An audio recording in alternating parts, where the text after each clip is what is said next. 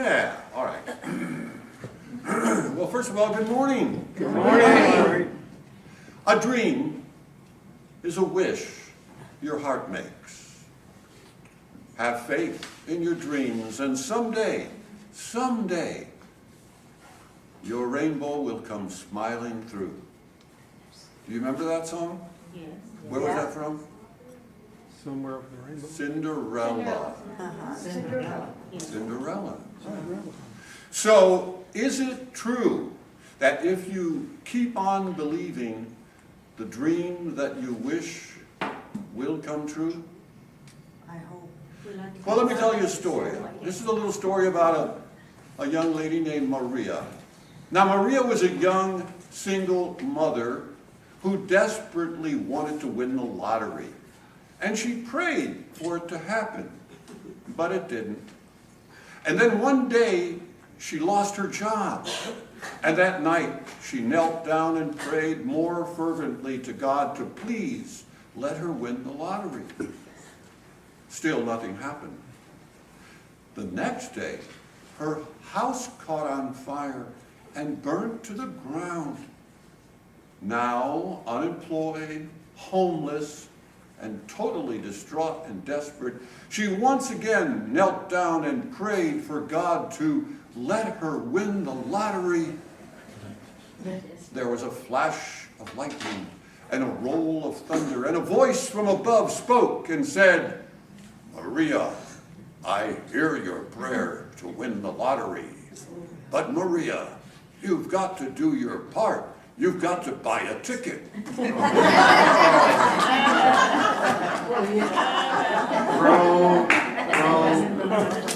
Yes, dreams can come true, and they can happen to you. But you have got to do your part. Good story. Now, my first memory of being blind was wearing a pair of dark glasses painted black with shoe polish and a stocking cap pulled down over my nose. My enemy was light. Direct light from the sun or a lamp caused me excruciating pain. At 6 months of age, I was diagnosed with infantile glaucoma. My parents consulted with doctors at Johns Hopkins University in Baltimore, then and now one of the finest medical facilities in the country. I had 3 operations, incisions on my eyeballs to release the buildup of fluid which was producing the pressure and the pain. However, these measures gave only temporary relief. Once the incision closed and the fluid built up again, the pressure and the pain returned. I can only imagine the anguish and frustration that my parents must have felt. They had no experience with blindness. No other one of my siblings or relatives on either side of the family had serious vision problems. You know, fear of blindness is for some worse than the fear of death. I learned many years later that my favorite aunt, my Aunt Mildred, had actually divorced my Uncle Joe in part because she was afraid that my blindness might be hereditary and she couldn't face the prospect of bearing a blind child. When I was 6, Mom and I took a long train ride from Chicago to Jacksonville, Illinois, where the state residential school for the blind is located. She was considering enrolling me there. She told them about my need to wear dark glasses and the stocking cap, and their solution was to recommend removal of both of my eyes and replacing them with artificial ones. They said that this would solve the problem of my experiencing pain when exposed to light and would also improve my appearance aesthetically. It was also their condition for enrolling me there. Mom hesitated. She understood the logic of their suggestion, and yet at the same time she didn't want to deprive me of what useful vision might remain once the glaucoma condition stabilized. And so she chose not to follow their advice, and we took the train back to Chicago. Shortly after, she learned that the Chicago Board of Education had a program for mainstreaming blind children in their public school system and decided to enroll me in it. From kindergarten up through the 5th grade, all of my classes were taken in a self-contained classroom with Miss Baker. Now, although Miss Baker was fully sighted, she could both read and write Braille fluently, and insisted that every one of her students likewise should become proficient in Braille. She gave us homework in Braille every night.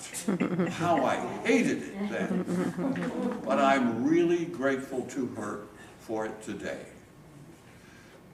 Miss Baker kept a large bottle of lilac water in a cabinet next to her desk and insisted on rewarding her students, boys and girls alike, who did well on their Braille assignments with a large dose of lilac water on our collars or lapels.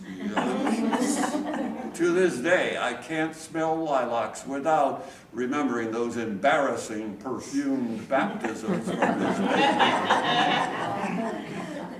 Miss Baker also had another bottle that she kept in her desk drawer, and from time to time she would take it out and swig down a couple of swallows.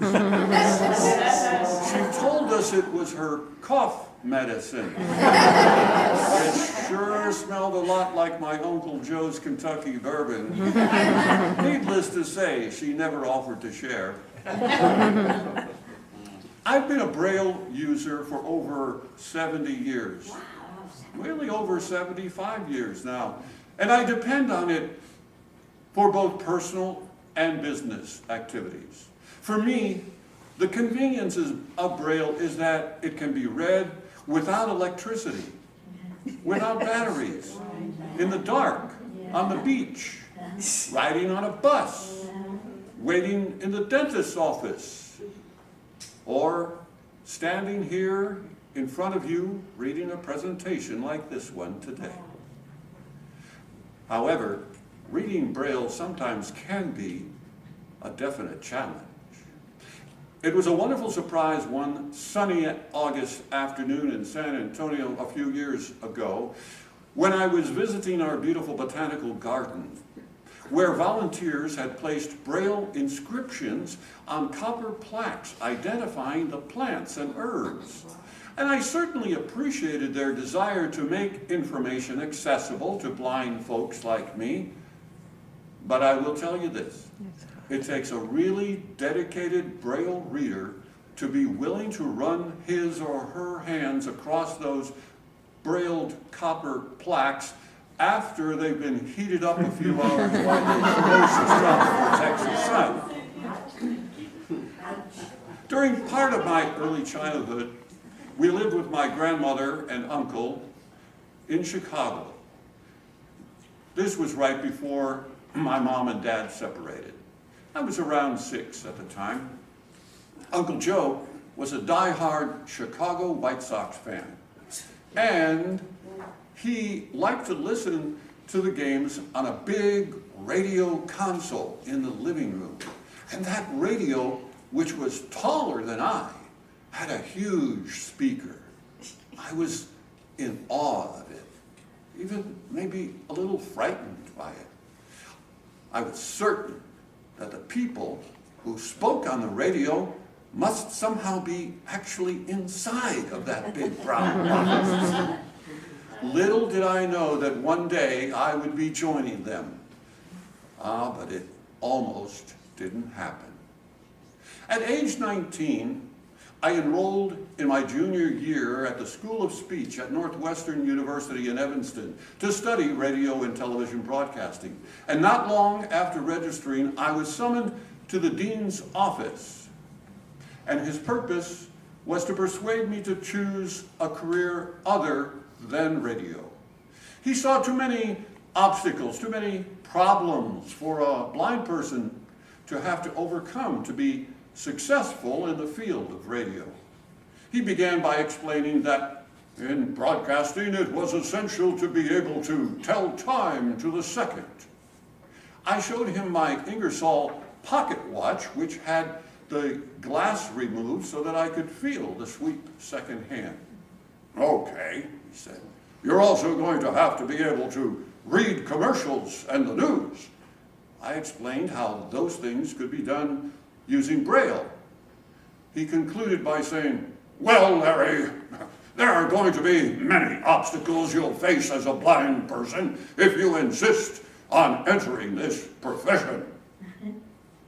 And I realized that he was right. But the problems I knew would not be due to my blindness so much as they would be due to the attitudes of sighted people like him. Yeah, that's true, that's true. In truth, I'm glad that he was so honest with me, because his opposition and his doubts forced me to become even more determined than ever to succeed.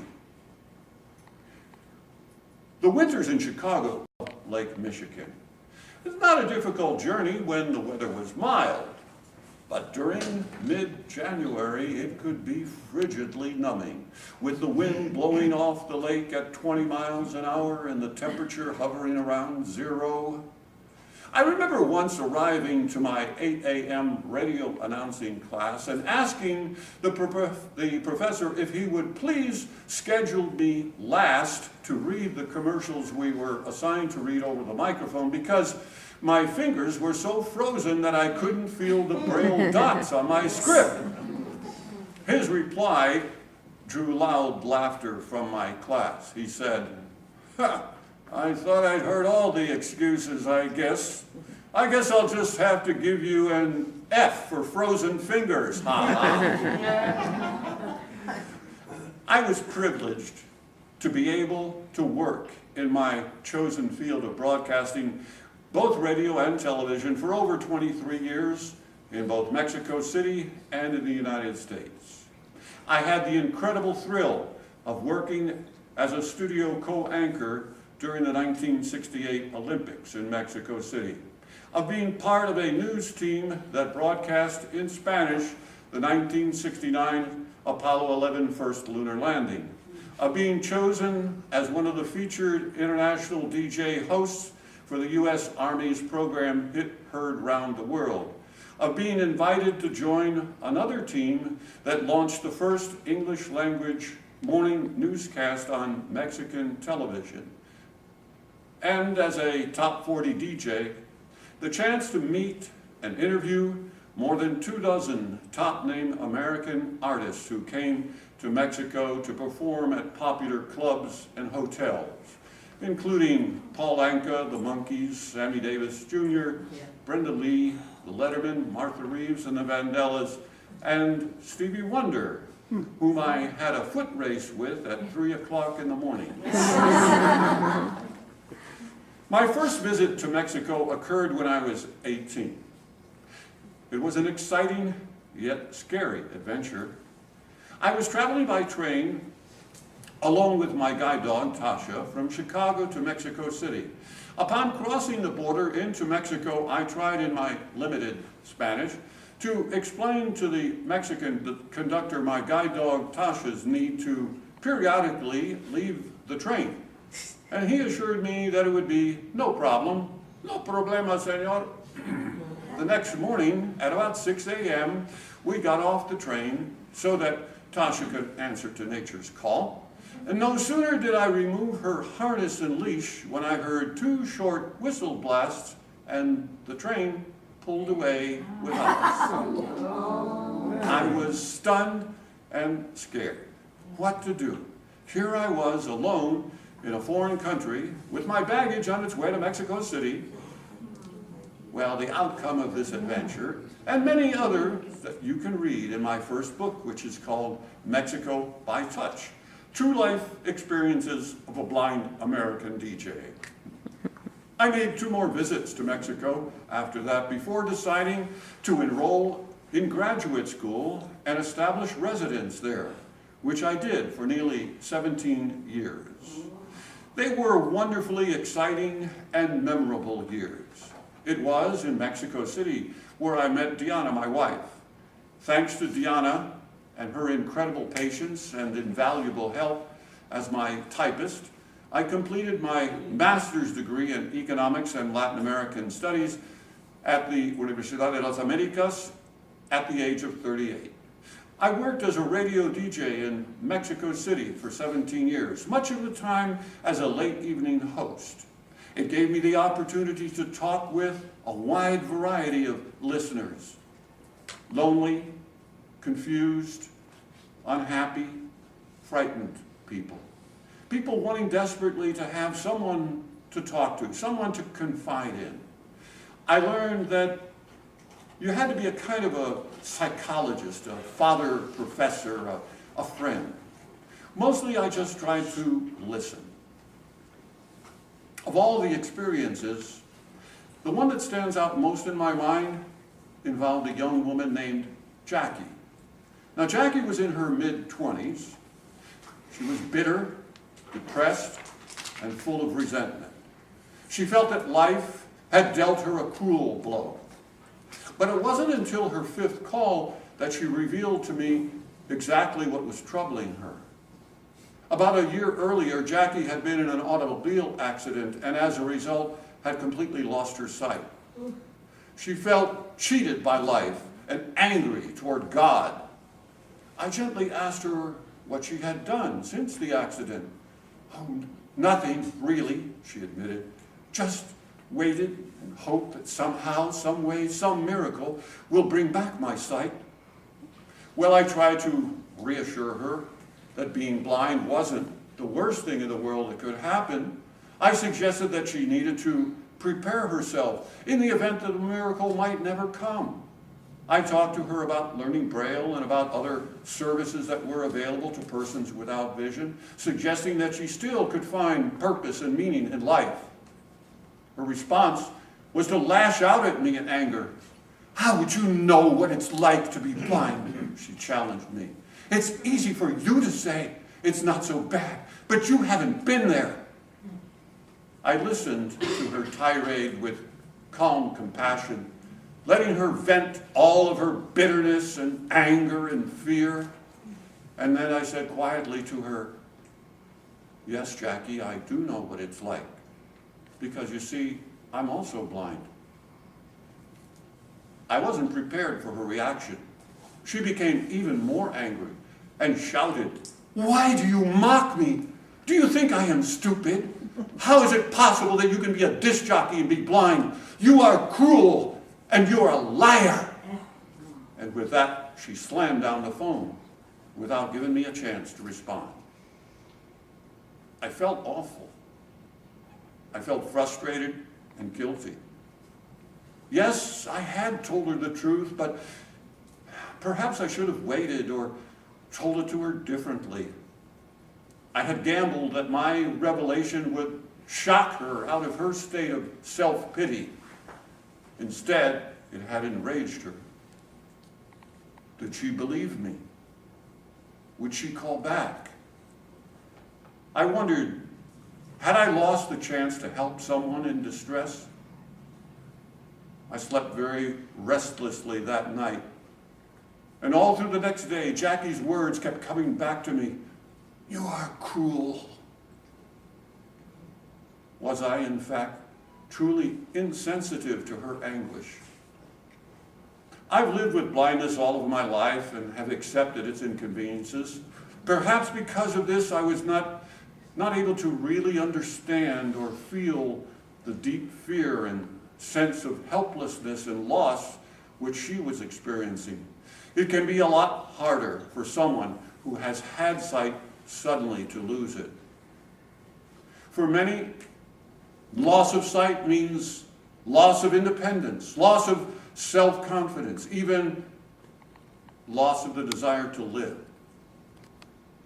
So many of our daily routine activities seem to be dependent upon our ability to see, selecting what clothes we'll wear, reading a newspaper, pouring a cup of coffee, going to work, shopping at the mall, paying bills, watching TV.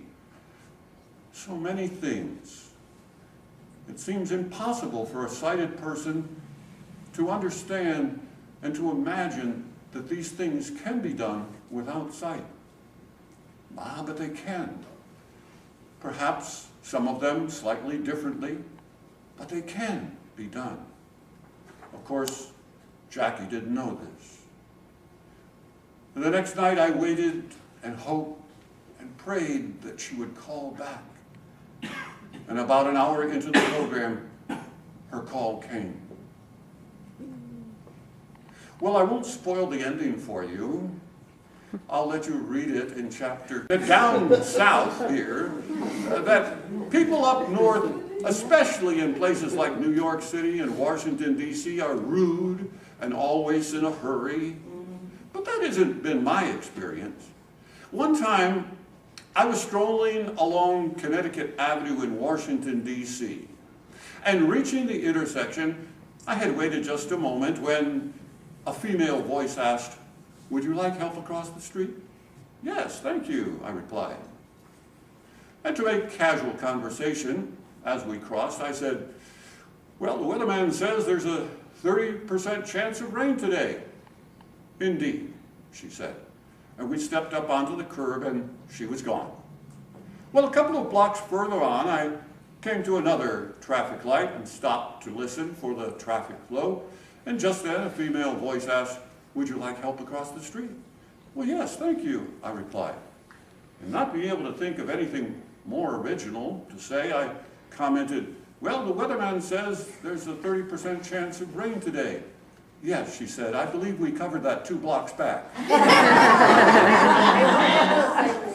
In 1974, I decided to move my family from Mexico City to the United States.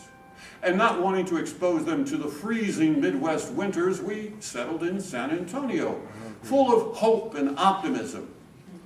But 2 years after being back in the States, the Spanish language advertising business, which a friend and I had launched as our dream for riches, went belly up. And at age 41, I was broke and unemployed. For a time, we lived on my unemployment checks and food stamps. In fact, I still keep one of those food stamps in an album as a reminder that hard times can happen anytime to anyone. Well, it took me 2.5 years, sending out over 250 resumes and job applications, going on more than 60 job interviews in a half dozen different states, with federal, state, government agencies, nonprofit organizations, educational institutions, and private corporations who, with deep regret, told me again and again that I was overly qualified. Well, finally, I was offered a job with Southwestern Bell Telephone here in San Antonio, and I accepted it in the Human Relations Department as a Human Relations Manager. And I remained with them for 21 years until I retired in November of 2000. You know, funny things can happen when you're a blind personnel interviewer. Back in the late 80s and the early 90s, ours was a very busy employment office. Each of us interviewers talked with probably 50 to 60 applicants a day. We were also required to attend community job fairs and do recruiting at local high schools and colleges. On one occasion, after spending the entire morning at one of the schools, I arrived to the office just after lunch to find that 2 of my colleagues were out sick, and the waiting room was full of eager job applicants. Barely slowing down, I grabbed the top application off the stack, had the receptionist tell me the applicant's name, whirled, and called the person to follow me to my office. It turned out she was a young girl, maybe 18 or 19, just recently graduated from high school. I closed the office door for privacy and conducted our customary 7-minute initial screening interview, which is primarily to find out what job the applicant is interested in and to schedule them for the appropriate testing. At the conclusion of the interview, I asked her, "Do you have any questions?" After a short pause, she replied, "Do you mind if we turn on the light?" My small office had no windows, and I had conducted the entire interview in absolute darkness. It's a good thing she didn't file a charge against us. Cook our dinner, do our laundry, darn our socks, and help us with our homework. She had no prior experience or training with raising a blind child, and yet somehow she knew intuitively the right things to do, which were to let me live a normal life, to run and play and fall down, to take risks, to make mistakes, to bruise my knees and bruise my ego. She was an amazing role model, always optimistic and perseverant in the face of adversity. She told me again and again, you can do or become anything that you want. It doesn't matter that you're blind. And what's strange is that I believed her. And as a consequence, I have been richly blessed to achieve so many of my dreams. I dreamed of moving to Mexico and finding a beautiful señorita who would marry me, and I did. I lived and worked in Mexico for 17 years. I married a girl from Yucatan, and we raised 6 children who have given us 21 grandchildren and 7 great-grandchildren. Oh, wow. I dreamed of driving a car, and I actually did, on the Kennedy Expressway in Chicago when I was 21. I dreamed of flying an airplane, of going bungee jumping, of traveling to Spain and to Japan, and I found friends willing to help me fulfill those dreams. And then, about 4 years ago, yes, I had the crazy idea of wanting to visit Rome and meet the new Pope. My family and friends thought it wouldn't happen, but by golly, it did. After retiring from Southwestern Bell, I decided that I wanted to write a book about my life experiences. And so far, I've written 6. Also, on my bucket list was to swim with a dolphin. And I made that happen 2 years ago in Cozumel, Mexico. Yes, all that I have accomplished, all that I am, I owe to my mom. She inspired me, challenged me, believed in me, supported me. Sometimes, I have no doubt, it may have scared her to death to allow me to take the risks that I took, but she did. But what I really want to talk about this morning is not about me. I want to talk about you. What are your dreams? What is it that you would like to do? What are your most cherished secret dreams? What would you attempt to do if you knew you couldn't fail? T.S. Eliot said, only those who risk going too far can possibly find out how far they can go. So what is your dream? To take a trip around the world? To learn a foreign language? To write a book? To buy another house? To lose 20 pounds? To get a college degree? To move to another city? They are all doable. But you have to have a plan, and you have to really believe that you can achieve your dream. You can't just fantasize about it and wish for it to happen like Maria. You have to be willing to work for it, to make sacrifice for it. You may feel that you're involved, but are you really involved? Are you really committed? You're never too old to pursue a dream. Ben Franklin was 81 when he helped frame our Constitution. Pablo Picasso was still producing paintings and engravings at 90. Sir George Martin was 85 when he co-produced the Beatles' album Love. American composer Elliott Carter, not content with writing his first opera at age 90, he published over 40 more works before his 100th birthday. George Burns was in his 90s and still starring in Hollywood movies, and Fauja Singh entered the record books when he became the oldest person to complete a marathon at the age of 100. By the way, this was his 8th marathon. He began running marathons when he was 89. But you say, I'm blind. It's different. It's not so easy. Well, let me tell you a story about a little old lady who is blind. At age 65, she was running the 100-yard dash in 16 seconds and powerlifting 250 pounds. On her 25th anniversary, she suffered a stroke that paralyzed her right side and took almost all of her remaining vision. 8 years later, she claimed every Canadian record in the Blind Masters division in the 3,000-meter and 100-meter dash, the long jump, the discus, the javelin, and the shot put. She established a world record in squat and bench press and was named the best female powerlifter in the Blind Masters. Her name is Sarah Thompson, but she's known as Super Granny, with good reason. Okay, you say? Okay. So there they are, some amazing people. People like Helen Keller and Ray Charles and Stevie Wonder. But these are exceptions. And I'm just average. I want to recommend that you read a book. It's called Undaunted by Blindness.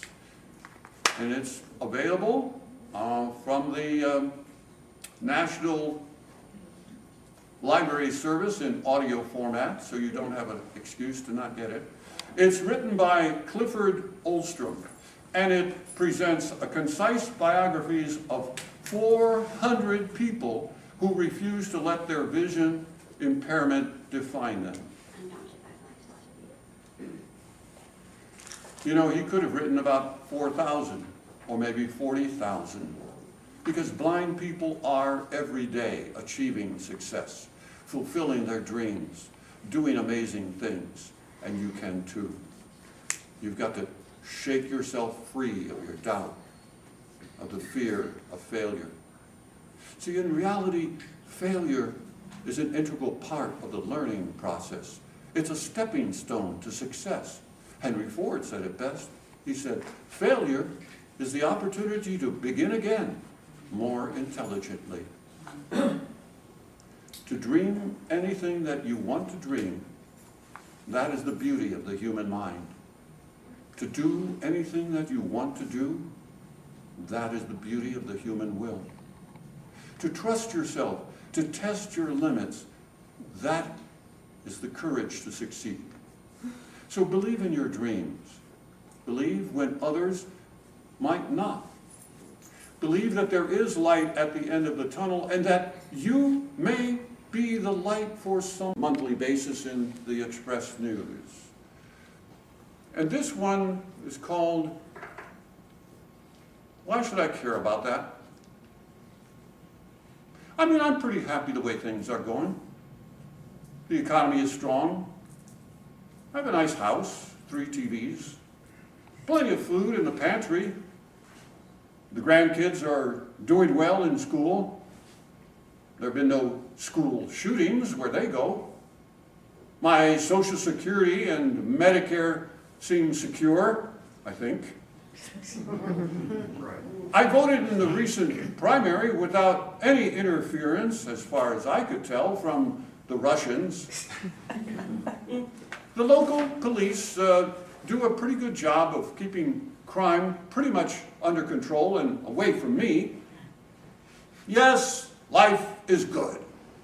The fact that 43 million of my countrymen live at or below the poverty level, more than 500,000 are homeless, and 6 million can't find jobs, doesn't really affect me personally. So, should I care? Unless suddenly, at age 84, my Social Security or Medicare are severely cut. I'm faced with $100,000 medical bills, or a mortgage foreclosure on my house, or one of my grandchildren is killed or wounded in a school shooting. Unless it happens to me or to a member of my family, it really doesn't matter, right? No. I'm not worried about the Russians or the Chinese or even the Iranians for that matter. I don't know any Chinese or Russians, and the only Iranian I know works at the dry cleaners where I take my suits. So many of us Americans live in a bubble, insulated from the hardships and realities faced by our neighbors. We don't want to know about their pain or their problems. It's a whole lot easier and more comfortable to live like an ostrich with our heads in the sand. And yet, the reality is that in this wealthiest of all nations, too many Americans go to bed at night, if they even have a bed to go to, hungry. 10 million of them children. The reality is that sharply rising prescription drug costs are driving people into bankruptcy, and they are losing their homes. And the reality is that the Russians did, in fact, interfere with our national elections and will certainly try to do it again. I should care about you, and you should care about me, because our lives are intertwined and life's circumstances are very precarious. And what happens to the neighbor down the street today could very easily happen to you or me tomorrow. So, if we don't care about our neighbors, why should we expect them to care about us? We also need to be aware and care about the policies and programs being decided by our elected officials at the local, state, and national levels. They definitely do affect us. As we move toward this year's midterm elections, we need to pay very close attention to what each political candidate is saying, which issues he or she stands for, and which issues he or she opposes. Who are the special interest groups supporting these candidates, and why? Are these candidates really aware of and interested in us? If we don't care about what kind of leaders we have, then we will most assuredly have the kind of leaders who don't care about us.